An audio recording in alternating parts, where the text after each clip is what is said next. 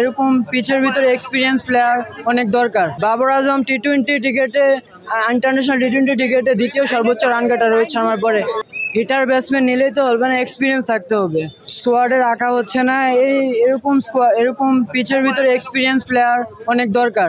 বাবর, রিজওয়ান, শাহিন শাহ, আফ্রিদি, নাসিম শাহ এরকম প্লেয়ারের অনেক দরকার।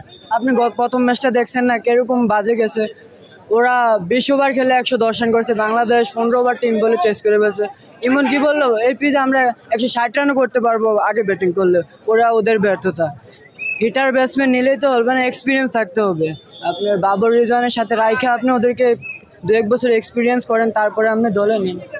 এভাবে একটা এক্সপিরিয়েন্স প্লেয়ারকে বাদ দেওয়া এটা অনেক জুলুম হয়ে। বাবর আজম, শাহিন শাহ, আফ্রিদি এক্সপিরিয়েন্স প্লেয়ারের একটা আলাদা মূল্য আছে, এটা আপনারাও জানেন। বাবর আজম টি-20 ক্রিকেটে, ইন্টারন্যাশনাল টি-20 ক্রিকেটে দ্বিতীয় সর্বোচ্চ রান কাটা রোহিত শর্মার পরে।